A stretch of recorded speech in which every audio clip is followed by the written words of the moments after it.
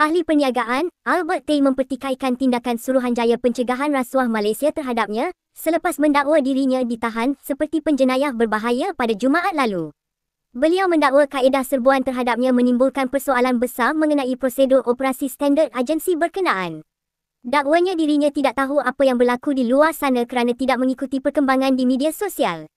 Dakwanya lagi apa yang dinyatakan adalah berdasarkan fakta, kerana selama beberapa hari dirinya telah diasingkan daripada dunia luar.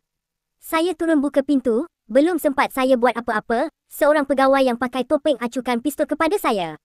Dia jerit suruh buka pintu sedangkan pintu tersangkut pada safety lock. Bila saya lihat matanya, saya percaya dia nak tembak saya, dakwanya ketika sidang akhbar di pekarangan Kompleks Mahkamah Kuala Lumpur pada Khamis. Albert mendakwa, beberapa pegawai lain turut mengacukan pistol sebelum menahannya dalam keadaan baring dan mengikat kedua-dua tangannya menggunakan pengikat kabel. Beliau mendakwa, dekoder rakaman kamera rumahnya turut diambil ketika serbuan. Pegawai SPRM terlibat turut meminta isteri saya memadam satu rakaman video yang merakamkan kejadian tersebut. Saya ulang, kalau CCTV saya hilang atau rosak, saya akan tuntut SPRM sampai lubang cacing. Apa kaitan siasatan notis dengan ambil CCTV saya, katanya.